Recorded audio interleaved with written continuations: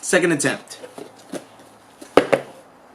I literally just went like 3 minutes, 4 minutes, and turns out I wasn't recording anything. Oh well.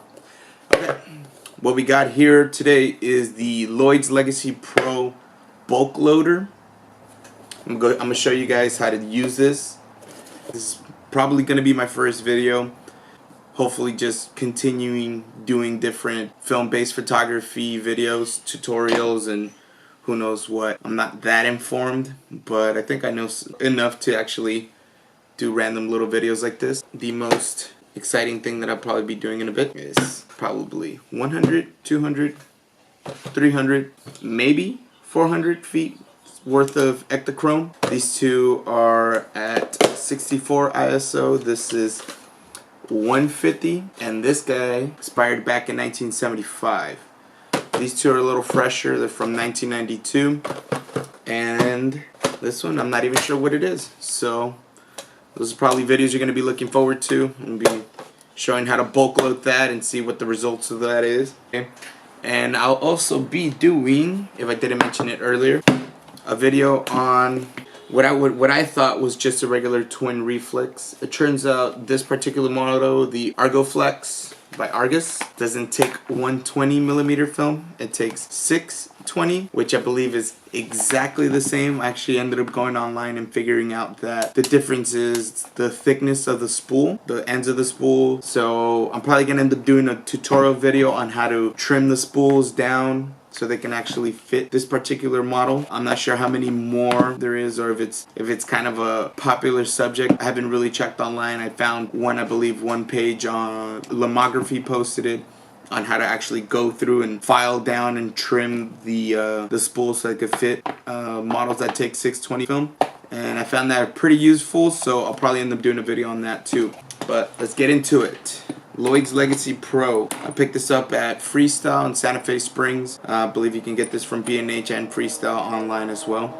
The one thing that I'm going to be doing that Matt Day nor Nick Exposed did in their videos, for the sake of not completely ruining a spool of film, is actually showing you how to load it in using a spool of film. The same guy that I picked this film off of, he had this in there. He shot it out to me and he was just like, okay, well, this came along with it. So I figured, I'm like, well, might as well make a video on how to do it actually using film to demonstrate on how to do it. What you're gonna need, aside from the bulk loader, one thing that I guess even Nick Exposed did in his video, which was a very helpful tip. It actually worked out perfectly for me, because at the end of the day I only really needed to buy this and save myself a lot of money, or possibly a lot of money, on canisters, little empty film canisters. Went over to my local film developers. Shout out to Sammy's Camera. And I just asked them, hey, can I have some of you guys' old canisters? And I might not be able to use that one. That's like one of the instant camera ones, or the one-time use. Either way, they hooked me up with a bag full of that, so I'm pretty much set for a good while. And that's something that you should probably end up doing too. If you get your film developed locally, and if you have somewhat of a rapport and you're cool with the people that work there, just go ahead and ask them. I believe if someone isn't already doing this, they're more than happy to give them to you. They end up probably throwing all that stuff out, so you can just save yourself a good amount of money. And also, I mean, if you want to actually start shooting different stocks of film at different ISOs, it already comes with DX coding. I'm not really too concerned about this myself, given that I'm probably going to be shooting this maybe at 50, maybe push it to 100, and probably do the same with this. So let me go ahead and get started. So what you're going to need, obviously, is the bulk loader, Scotch tape. This will be so you can actually start taping the negative to the end of this spool. And something that they didn't really touch on, or at least not Nick Exposed on the video, but real helpful, some electrical tape, and I'll show you why. But for the meantime, let's get started. Super simple, nothing too difficult. But it is kind of a bit of a learning curve. I might not even get that good of an angle here just because of how everything is set up. But the way you would want to do it, I'll go ahead and pop this open so you can see. So you got the little door open. Keep in mind you're going to be doing this completely in the dark. You don't want to ruin a whole spool of film. So the way I did it is I go ahead and push the negative in at an angle. The reason being is because right at the very top, at least on mine in particular, I can't slide it over the top. So I have to pull it in at an angle. And then as I'm simultaneously pulling the negative, I begin to drop the spool into place. You see what I mean? Bit of a learning curve. And then at one point, there you go. Everything's nice and flush. I mean, you might, unfortunately, kink it a little. This is, it's kinked just a tiny bit here, but that's from doing this like 10-15 times just to make sure I'm doing it right myself. But you might be able to just do that and not necessarily run into any problems. Chances are either way you're going to be exposing this amount or maybe less once you actually start taping this to this. Either way, in case you do or don't, I mean, that's just something to keep in mind. But again, I feel like that's why this particular video is a little useful. Not saying that Matt Days nor Nick Exposes videos aren't. Those are literally the go-to videos on what I use to actually figure out how to do this myself. So definitely check those videos out. Hopefully I'll link them down below.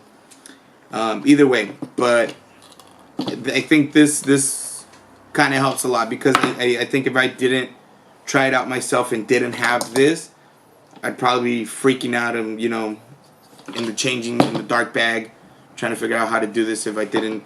Because I would think, okay, I could probably just slide it over the top. I'd probably end up bending and kinking the crap out of the film that way. So if you end up buying this, my particular one, like I said, there seems to be glue here to prevent maybe any light leaks or anything of the sort. If you guys happen to have a better way of doing this, please let me know. So there you go. It's nice. It's dropped. You push it all the way down, and we're good. So once that's there, obviously you're gonna go ahead and close it, pop the top, cover this up. Okay, so at this point, you can just pop this door open, pull the film out. The little notch, it's gonna go it's on the bottom. So this is the top. This notch of the film is gonna go down this way. And what you would want to do at this point is just go ahead and grab your Scotch tape, put it about halfway, grab your film, or grab the canister, and try and line this up as flush as possible. And have enough tape where you can go through the backside and tape it up. So literally it'll just look like this. Doesn't have to be perfect, but you go ahead and tuck that in.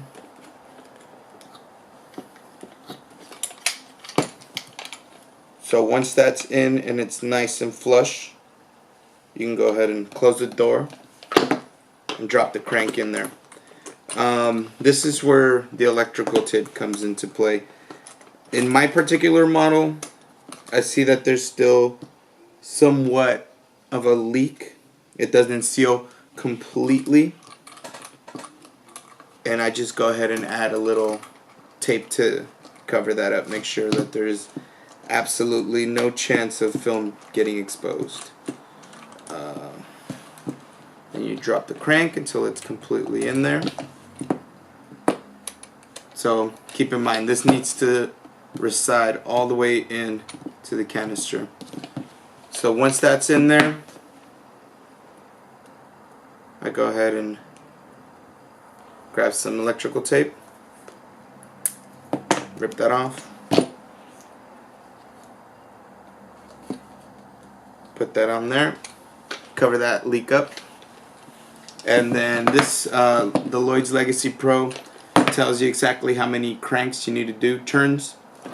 30 turns for 36 exposures, 13 turns for 10 exposures. I'll get a close-up of this. So let's just go ahead and give it a couple of turns. So that was probably like 3 or 4 turns. Pull the crank out. I pulled the tape off, and voila, you have film in there. Keep in mind, you're going to be doing all of this in the dark, so literally the trickiest part of this whole process is actually laying the spool in there, getting the film through it. After that, you close the lid, close it up.